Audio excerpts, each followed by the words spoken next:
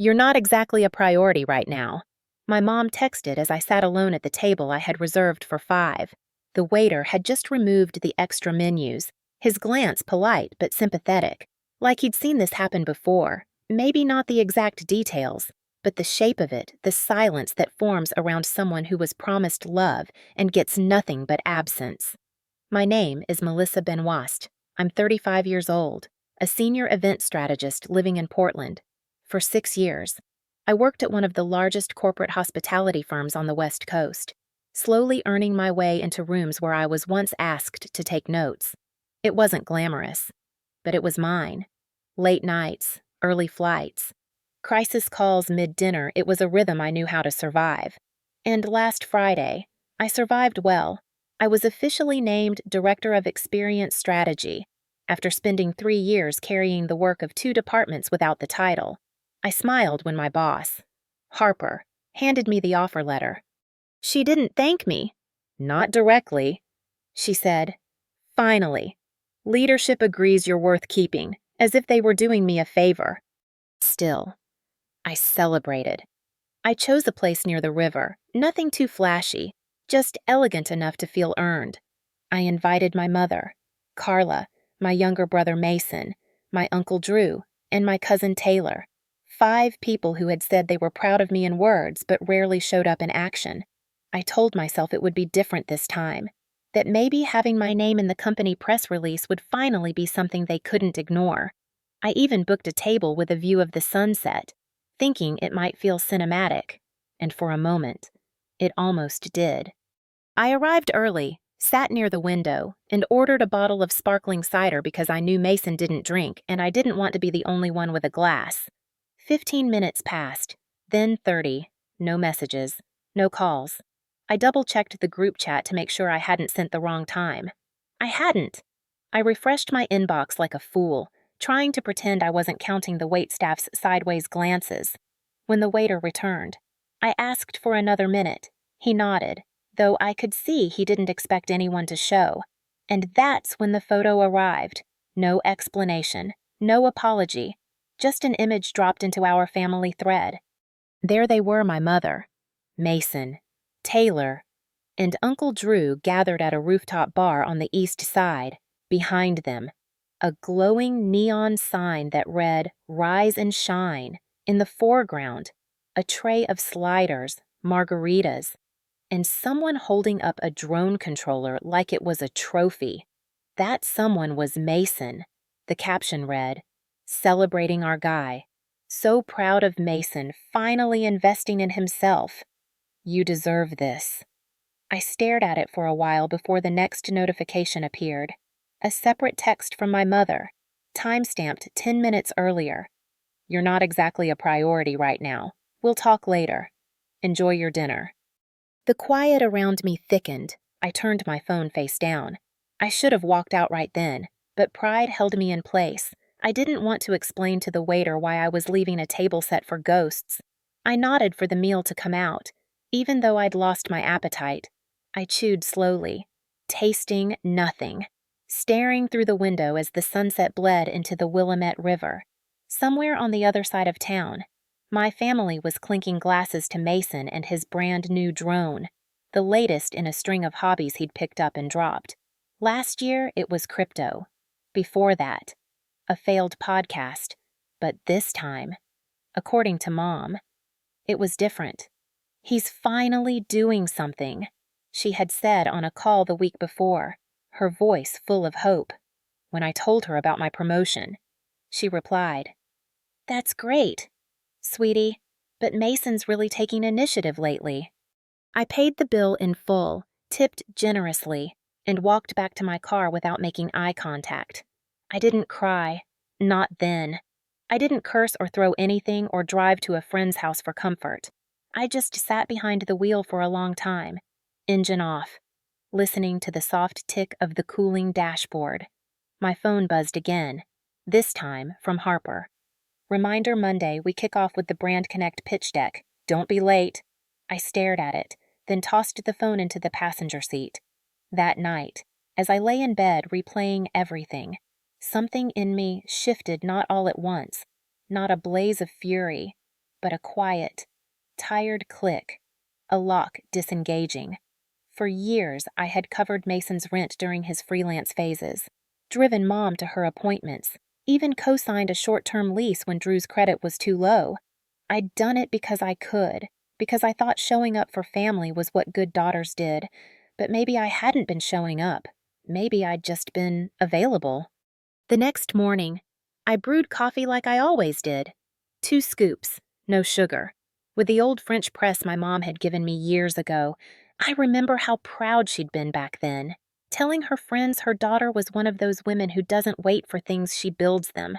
Funny how that same woman couldn't find 20 minutes to celebrate the thing I had built for myself.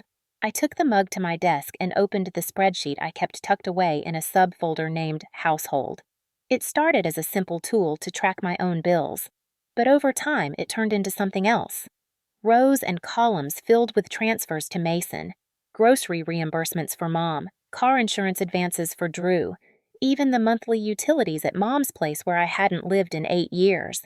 I scrolled through the months, then years, over $42,000 in total, and not a single repayment, not even a thank you that didn't feel transactional. There was a line I remembered clearly.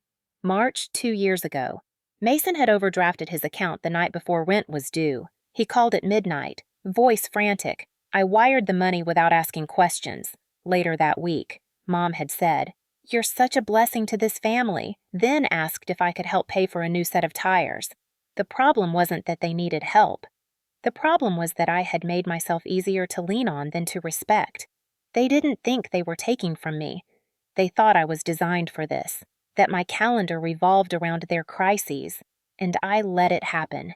Because deep down, I believed that being useful was the only way to be loved.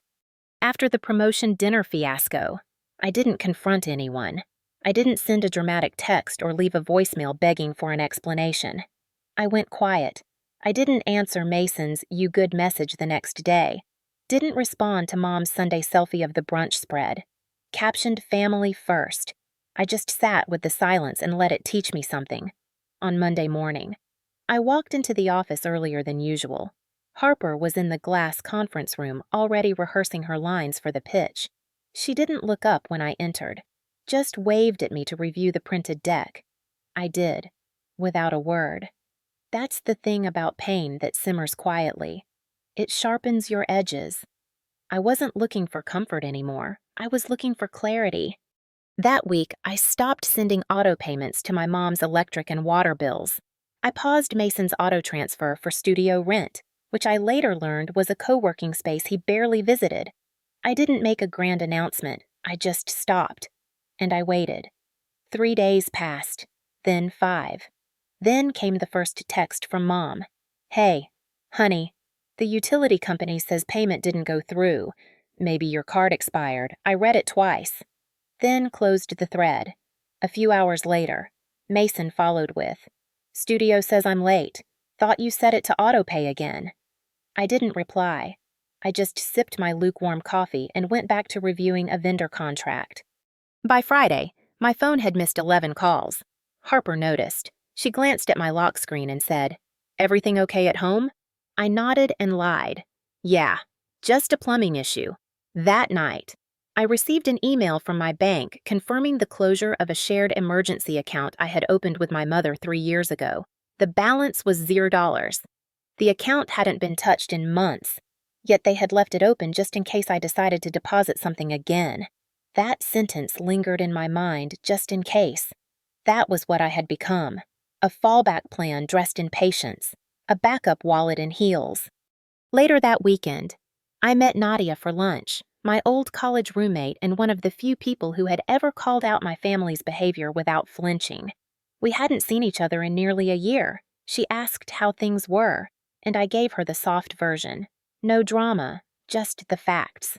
She let me talk, nodding occasionally, then asked, "Do they ever show up for you, or do they just wait for you to show up for them?" I stared at my salad, unsure if I should answer or cry. She squeezed my hand gently and said, "You deserve reciprocity, not obligation." That night, I lay in bed scrolling through old photos. There I was at Mason's failed art show, holding up one of his abstract pieces like it meant something. There I was again, pouring champagne into plastic flutes at Mom's 65th, the event I planned and funded entirely, which she later described to friends as a surprise from the whole family. No mention of me. I locked my phone, turned off the light, and for the first time in years, I slept through the night without waking in the middle to check if anyone needed me. On Monday, just before lunch, I got a voicemail from my mother. Her voice was tight, artificially calm, the kind she used when trying to sound reasonable while masking the threat beneath. Melissa, I saw the bank statement. I'm not sure what's going on with the utilities, but if something changed, we should have a conversation. You know your brother's in between contracts, and the timing isn't great. Let's not make this bigger than it needs to be. I played it once, then once more. Not a single word acknowledging what she did. No mention of the dinner or the message she sent. Just a subtle pushback into the role I'd quietly held for so long. Provider, fixer, quiet funder of the family dream. That afternoon, I received an email from the landlord of Mason's studio space. He CC'd me by mistake on a rent delinquency notice. I responded, simply, please remove me from this thread. I am not a financial party to this agreement. It took me 10 seconds to write, but the weight of those words felt years overdue. That evening, Mason called 3 times. When I didn't answer, he left a voice note, laced with that easy charm he used when he wanted something. Hey, I think there's some mix-up with the rent thing. I'll figure it out. But man, I wish you'd said something. We could have worked something out. Also, Mom's kind of stressing. So maybe just call her. I didn't reply. I closed my phone and took a walk around the block instead. The days that followed were quiet in a loud way. No one said anything directly, but passive-aggressive breadcrumbs kept dropping. My cousin Taylor posted a family throwback photo on social media, captioned, "Some of us still show up." Uncle Drew sent a group text about planning a family brunch if everyone's hearts are still in the right place. And Mom, of course, resorted to her classic strategy: public guilt, private silence. She tagged me in a Facebook post about gratitude, writing, "Sometimes the ones who give most are the ones we forget to thank. Let's do better. Family." I didn't comment. I didn't like it. I let it drift down the feed like the dozens of other messages she'd used over the years to reframe the story without actually telling it. By midweek, I found a new rhythm. I woke up earlier, started packing lunch again, and even began listening to music on my commute instead of cycling through news podcasts. At work, Harper noticed the shift. She asked if I wanted to take the lead on the upcoming launch for the new luxury venue we had just signed. It was one of our biggest contracts. I said yes without hesitation. She raised an eyebrow, maybe expecting me to doubt myself. I didn't. That night, I restructured the entire pitch deck from scratch and sent it to her by 11 p.m. Her only reply. Finally. This is it.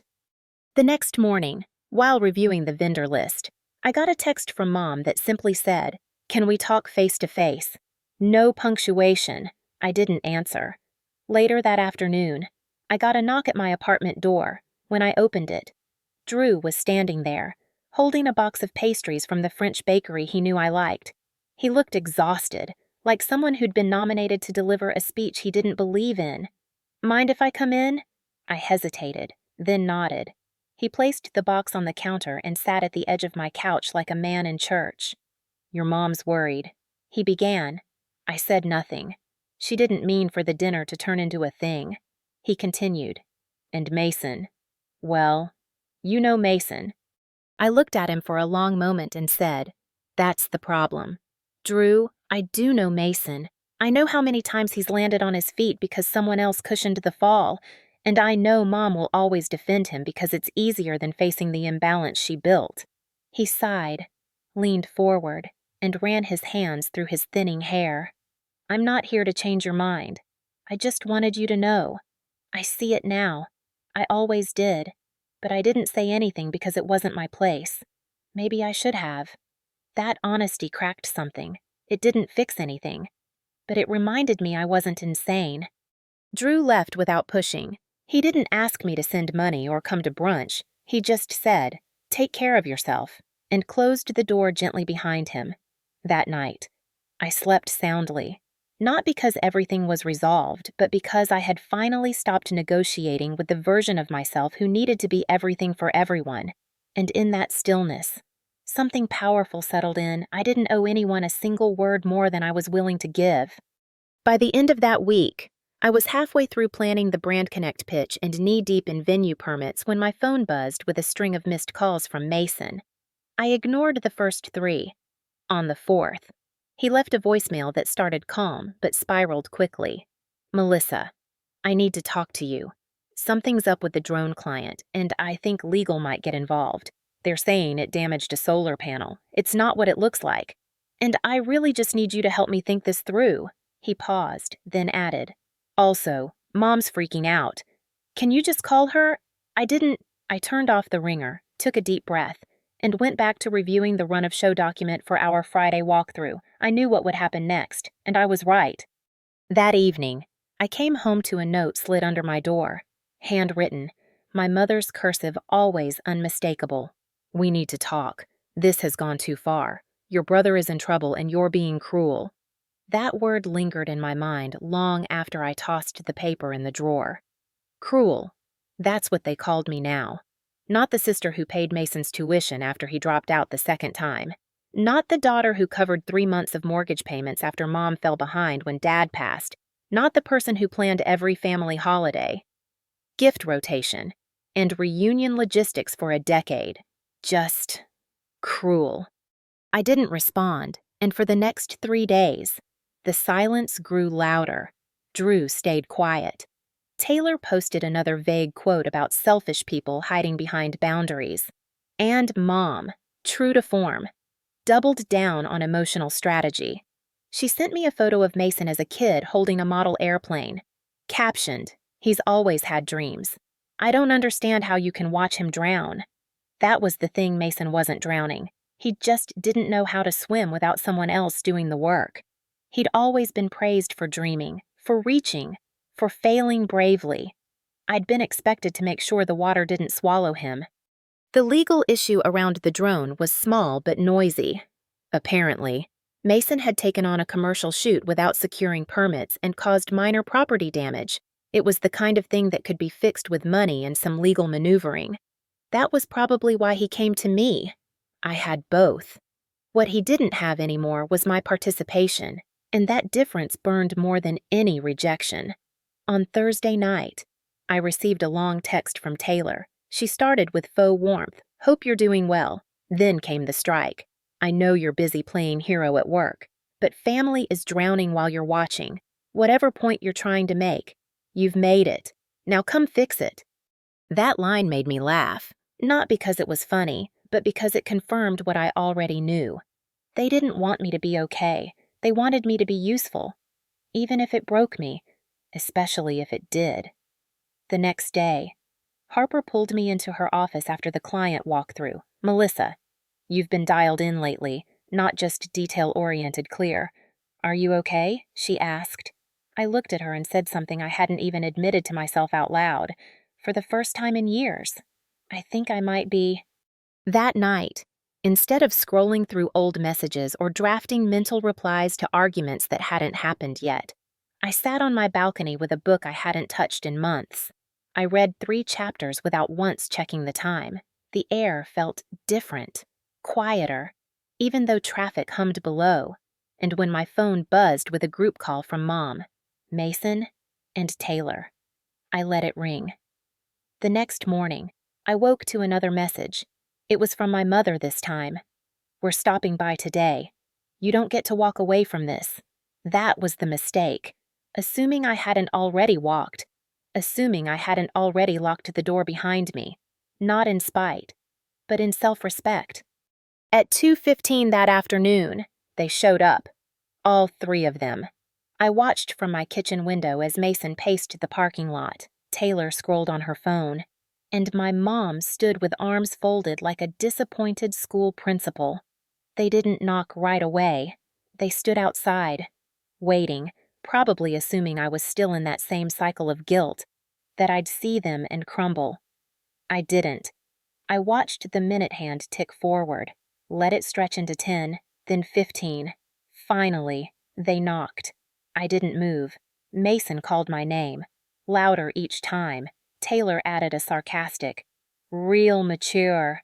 "Mel," Mom pleaded, "Sweetheart, please don't let this spiral." But the only sound inside my apartment was the quiet flick of the kettle turning off. They stayed out there for almost 20 minutes, rotating between knocking, pacing, and pretending they weren't trying to break my resolve. I watched the whole thing unfold from the small gap between the curtain and the glass, silent and still, like someone observing a scene from another life. Taylor eventually pulled out her phone and began recording something, maybe to send to a family group chat, maybe for proof that they'd tried. Mason sat down on the curb, his head in his hands, looking more inconvenienced than remorseful. And Mom just stood near the door, arms still crossed, as if posture alone could summon me into guilt. What none of them seemed to understand was that I had already grieved this moment weeks ago. The grief had come quietly, without tears, in the middle of empty evenings when no one texted unless something was needed.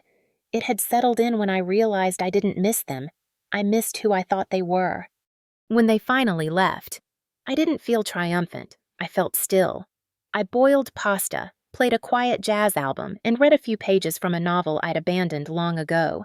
Every part of my body felt strangely rested, like I had put down something heavy I didn't know I was carrying.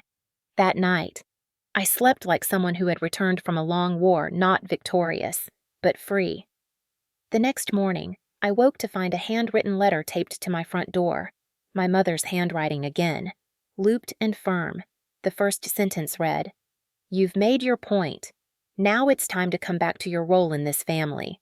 That word, role, jumped off the page. Not place, not connection, not relationship, just a role, like I was a character in a script someone else had written and expected me to perform on cue.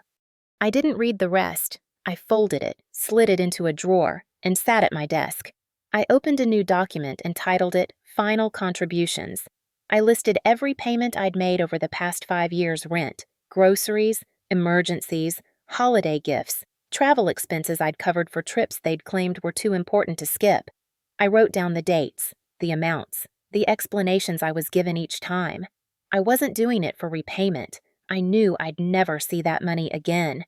I was doing it to finally name what I had lost in silence. Naming it made it real, and that reality grounded me in a way their denial never could. That weekend, I met up with Nadia again. We walked along the river trail and stopped for iced coffee near the bookstore we used to haunt during finals week in college. She didn't ask what had happened. She just said, "You look lighter." I told her about the knock at the door, the note, the way they were all trying to pull me back in without ever admitting what they had done. She nodded slowly, then said, "They don't want to fix the foundation. They just want to repaint the front door." That image stayed with me the rest of the day. How often I had helped them decorate over the cracks. Convinced that surface harmony meant something deeper was mended. I no longer believed that. On Sunday, Harper messaged to say the client had approved our full creative direction and requested I personally present the campaign to the board next week. It was the kind of opportunity I would have once questioned if I deserved. Now, I simply said yes. That evening, I finally unpinned the family group chat. I didn't delete it yet. I just unpinned it. A quiet downgrade in priority that somehow meant everything. I noticed something when I did. The last message wasn't from me.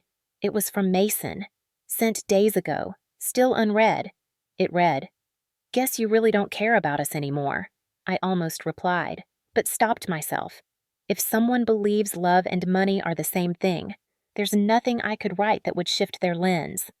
The next morning, as I sat reviewing logistics for the launch event, a courier arrived with an envelope addressed in familiar cursive. It was from Mom again. Inside was a photo of me at age 6, holding a certificate from a science fair. On the back, she had written, "You've always been the smart one. Don't let pride ruin what we've built." That line made me pause, because the truth is, we hadn't built anything together. I had built scaffolding, and they had climbed it. I had built bridges, and they had only crossed when it served them. The moment I stopped laying bricks, the structure collapsed. That's not a partnership. That's dependency. I didn't cry. I didn't rage. I simply placed the photo on my shelf, not as a keepsake, but as a reminder. Love, without reciprocity, becomes a burden disguised as duty, and I had carried it long enough. The next Monday, I walked into the client boardroom with nothing on my mind except the work. The campaign I was presenting wasn't about family or redemption or wounds that never healed. It was about clarity, strategy, and delivering something that felt grounded and meaningful. I stood at the front of the room, clicked the first slide, and for the next 40 minutes, I told a story that had nothing to do with my personal life, but carried the tone of someone who had finally reclaimed her voice. After the final slide, the client stood up, shook my hand, and said, "That's the cleanest pitch we've seen this year. You didn't oversell, you told the truth." And it landed. On the train home, I stared out the window, not smiling exactly, but present, fully, deeply present in my own life for the first time in what felt like years. Later that evening, as the city lit up behind my living room window, I took out a notebook I hadn't touched since college. It was full of outlines, ideas, sketches for events I once dreamed of building on my own terms. I had forgotten I even still had it. Somewhere between crisis phone calls and silent sacrifices, those pages had become a relic. Now, they felt like a starting point again. I poured a glass of water, not wine, and sat cross-legged on the floor, flipping through every creased corner and half-written idea. I didn't feel rushed. I didn't feel pressured. I just felt awake. That same night, Nadia texted me out of nowhere. "Ever think about building something of your own? You've been running other people's shows long enough." I stared at the message, then at the sketches in front of me, then back at the message. The timing felt unplanned, but not accidental. "Let's talk," I replied. 2 days later, we met again, this time with laptops, not lattes. She'd been consulting for a nonprofit incubator in need of an events division. I had systems, strategies, and vendors memorized like muscle memory. We spent 3 hours mapping a launch calendar without even noticing the time. The shift wasn't loud. It wasn't even dramatic. It was just consistent. Each day, I gave a little less of my energy to people who only knew how to take, and a little more to the things I wanted to build. I stopped responding to indirect guilt from family. I let voicemail pile up. I stopped defending myself in spaces that never offered me fairness to begin with. And slowly, a space opened up room for peace, for alignment, for effort that bore real fruit. By the end of the month, Harper noticed again. She pulled me aside and said, "You've been here a long time, but I can tell your energy's shifting, whatever it is. I hope it leads you to something better." She wasn't wrong. The truth was, I had already started drafting my exit plan, not because I was running, but because I was ready to choose. I gave 3 weeks' notice, helped onboard the new hire, and declined the farewell lunch they tried to organize. I didn't need applause for leaving. I needed stillness for what came next. During that final week, I received a small envelope in the mail with no return address. Inside was a folded bank statement and a note in familiar print. "Mason defaulted on the drone equipment loan. We've tried everything. The creditor said you're still listed on one of the co-signature files from last year. Can you just call and explain it's not your debt?" It was signed, not by Mason, but by my mother. I read it once, placed it back into the envelope, and filed it away with the others. No apology, no acknowledgement, just another request dressed as obligation. That night, I met Nadia at a shared workspace we'd just leased. Nothing fancy, just clean lines, natural light, and a small corner desk where I placed the framed photo of me at age 6 from Mom's envelope weeks ago. Not to honor the guilt, but to remember the girl who built science fair models alone while everyone else played outside. The girl who learned early how to get things done without waiting for recognition. The girl who had, quietly, always known her value even when no one else wanted to see it. I didn't feel like I had burned bridges. I felt like I had finally stopped building them for people who never crossed back. And for the first time, I knew what I wanted to do next, not to fix anyone, not to prove anything, but to create a space where people like me could step out of the background and take the lead. Not loud, not vengeful, just clear. The soft launch of our new consulting platform happened on a Wednesday afternoon, in a rented gallery space off Burnside that used to host poetry readings. We didn't invite press or investors, just a handful of nonprofit clients, a few independent creatives, and some of the people who had quietly cheered for us in the background. I wore a simple blazer and spoke for just under 10 minutes, not because I didn't have more to say, but because I finally knew the value of leaving space for others. When I stepped off the small platform, Nadia handed me a glass of water and said, "You didn't flinch once." I smiled because it was true. For the first time in a very long time, I wasn't standing in front of people trying to prove that I belonged. I already knew. The platform was called Align. Nothing flashy, no trademarked font. Just a quiet name for a quiet promise to help ethical businesses design experiences that felt human, not transactional. Our first 2 clients signed within a week. By the second month, we were booked 3 months out. The work didn't feel easy, but it felt right. Every late night, every difficult decision, every small win was fully mine. I wasn't building for someone else. I wasn't picking up where someone else failed. I wasn't hiding in the background to make someone else look like the story. 2 weeks after our launch, Mason showed up at my new office unannounced. He didn't knock, just walked straight in like he used to when we shared a car in college and he'd borrow it without asking. I looked up from my screen, didn't speak. He stood awkwardly near the door, one hand gripping a manila folder. "I just need 5 minutes," he said. I glanced at the clock. "You've got 4. He swallowed hard, then began. "The collections company won't drop the account unless you formally detach from the lease. Mom said you might not even remember signing it." I did. He had called during a client dinner saying the equipment company wouldn't release the drone without a second signature. I had signed through a digital form, not thinking twice. That was the old me. I asked him, "Why isn't Mom here asking this herself?" He shifted, said, "She's tired. You know how this stuff wears her down." I nodded slowly. "So do I." He hesitated, then added, "This startup thing you're doing? I heard it's going well. Congrats. I guess." I didn't thank him. Instead, I opened my laptop, typed a formal request to the leasing firm, and emailed a release letter. "You're free from me," I said, looking directly at him. "Use it well." He stood still, as if unsure whether he was dismissed. Eventually, he left. No apology, no gratitude, just silence.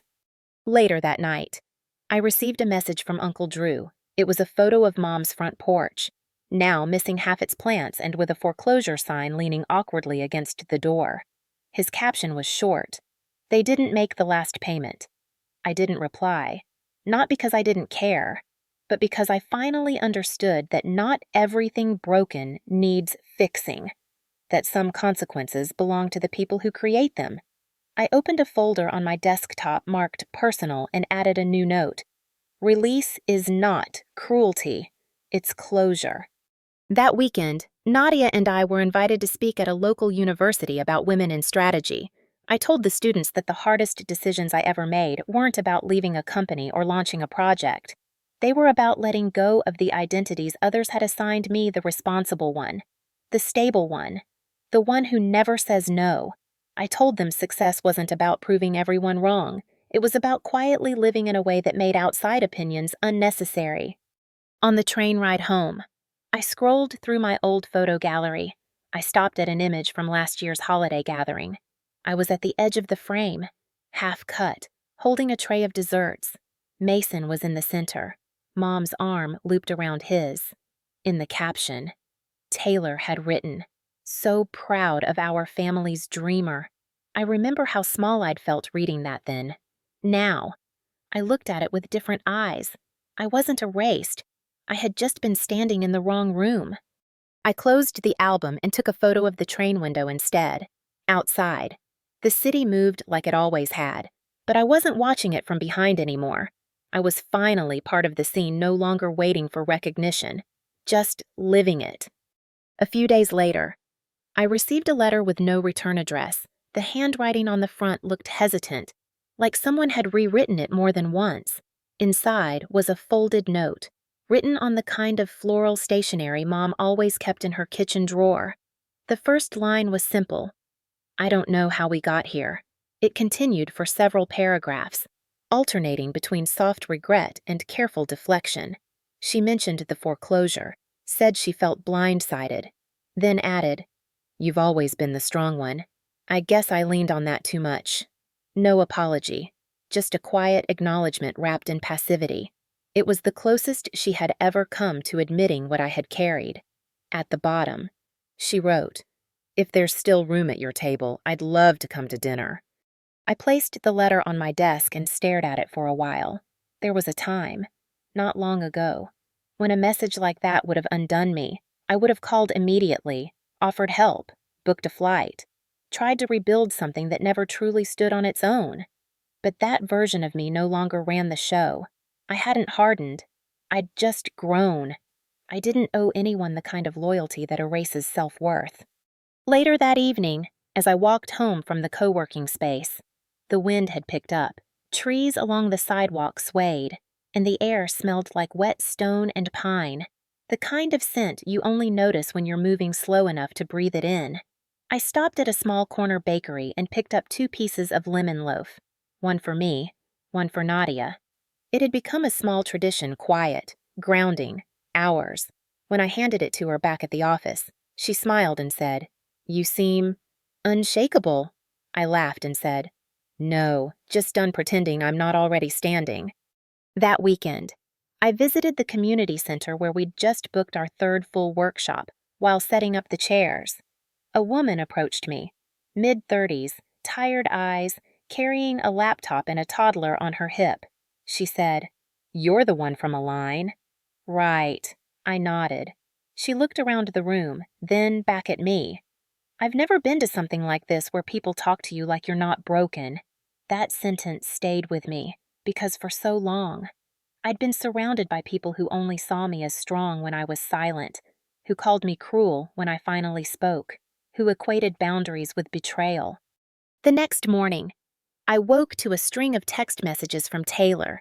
She was angry again. "You've made your point." One message said, "Mom's sick over this. You're proving nothing but that you're heartless." The next one read, "She just wanted to talk. You could have given her that." I didn't reply, not because I didn't care, but because I knew the difference now between guilt and grief.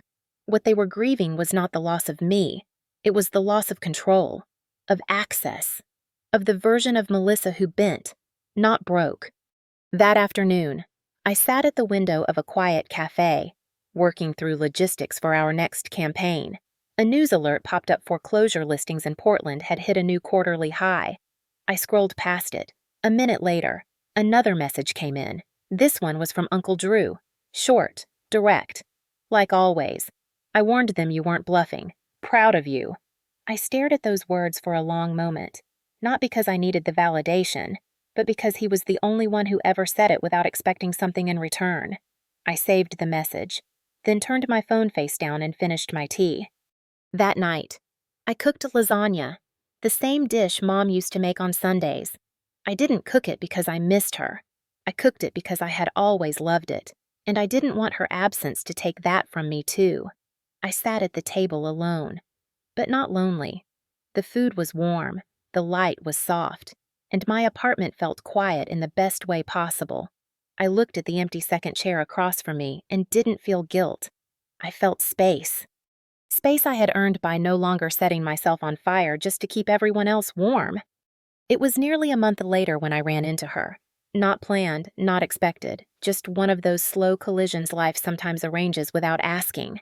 I had stopped by a second-hand bookshop near Laurelhurst Park to pick up a gift for a client when I heard my name. Not shouted, not desperate, just spoken like a question hanging in the air. I turned, and there she was, my mother, standing near the window with a paperback in her hand, wearing the same oversized cardigan she used to wrap around me as a child when I got fevers in winter. For a long moment, neither of us moved. I wasn't angry, just still. She stepped closer, holding the book against her chest like it might shield her. "I didn't expect to see you here," she said. I nodded. "I know." She glanced toward the register, then back at me. "Do you have a minute?" I didn't answer immediately. I looked at the time, then at the worn blue spine of the book she still hadn't put down. "Just one," I said. We walked to a bench outside, the air heavy with early rain. She sat slowly, as if carrying something that didn't want to be acknowledged. I stayed standing. "I know you don't want to hear much from me," she started, "but I've been thinking about a lot of things lately." Her voice cracked slightly, not with emotion but restraint, like she wasn't sure what version of herself to be in front of me. I didn't speak. I wanted to see if she could stand her own silence. She looked down at her hands. "The house is gone. Mason's withdrew now. Taylor doesn't talk to me either." She let that hang for a moment. "It's quieter than I thought it would be." I stayed quiet, not because I wanted her to feel small, but because I had spent years filling in every pause in this family with reassurance. I wasn't doing that anymore. She finally looked up at me. "I think I depended on your strength because I never learned how to build my own, and I told myself that made me smart, but now I see it just made me someone you had to survive." That sentence reached somewhere deep in me, not because it was dramatic, but because it was true. I watched her, not as a mother, but as a woman learning to hold herself accountable for the first time.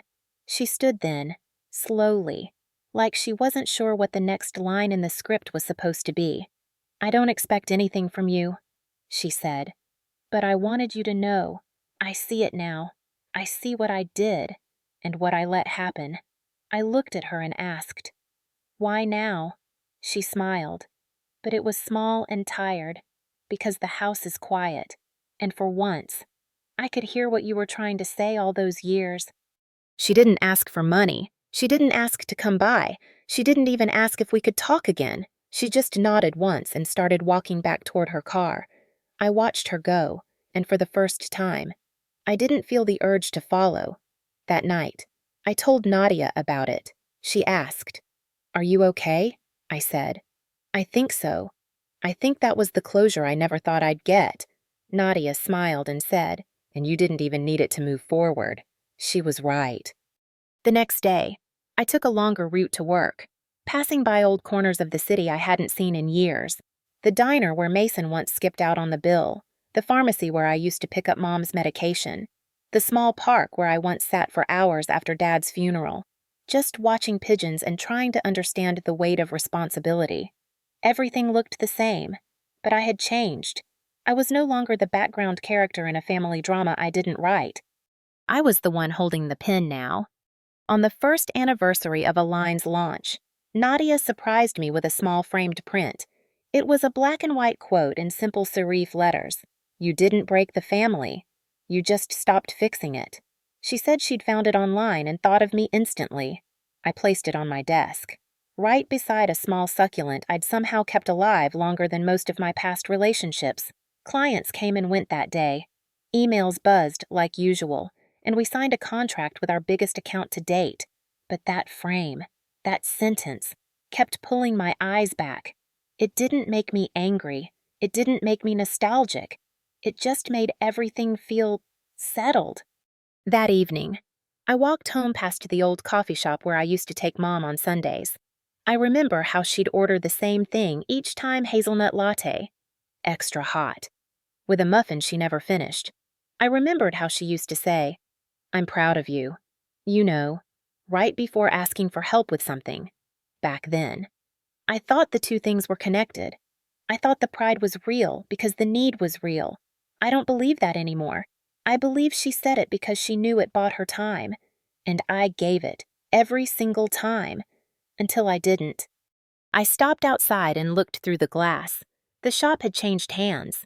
New name, different chairs, a brighter paint color, and yet something about it felt exactly the same. A table by the window, a daughter pouring herself out, hoping someone would notice the cracks before they broke wide open. I didn't go in. I just kept walking, at home.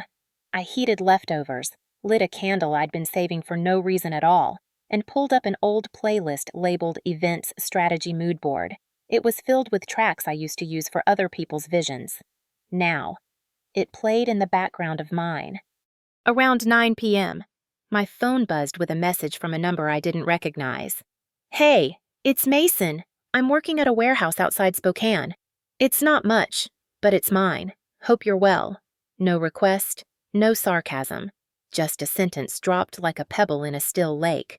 I stared at it for a while, not sure what to feel. I didn't respond, not out of malice, just because I no longer rushed to fill space someone else created. I let it sit. Maybe I'd reply someday, or maybe I already had, just by letting go of the version of him I used to carry. I went to bed early that night, not from exhaustion but peace, the kind of rest you can't fake or buy or bargain for, the kind that only comes when you've stopped proving your worth to people who measure love by what you give up. In the quiet. I thought about that dinner table, the one I'd waited at for nearly 2 hours that night so many months ago. I thought about the unused menus, the shrinking flame of the candle, the glass of sparkling cider that sat untouched. I thought about the text, "You're not exactly a priority right now," and I didn't feel anger. I just felt distance, like that version of me was someone else's memory. In the weeks that followed, I spoke at a few more panels. I led workshops. I got invited to submit a chapter for a book on ethical event leadership. None of it felt like a spotlight. It felt like alignment, like being where I was meant to be, doing what I was meant to do without needing anyone's permission or applause. I didn't tell my family, not because it was a secret, but because it was sacred. Some things are allowed to exist without performance. One Sunday morning, I took myself to brunch, just me. I brought a book, ordered a coffee, and sat by the window. A couple nearby argued quietly about a forgotten reservation. I sipped slowly, watching light dance through the glass. When the check came, I smiled. I remembered how this table, this moment, used to be something I reserved for others. Today, it was mine, fully, finally, quietly mine. So if you're wondering how the story ends, it doesn't. It folds into itself. It keeps moving forward, not with dramatic closure, but with honest distance. And if you've ever been the one who gave too much, waited too long, or stood too quietly in the background, just know this. Sometimes the most powerful thing you'll ever do is stop explaining and start existing. When love becomes currency, walking away isn't cruelty, it's clarity. So, would you have opened the door?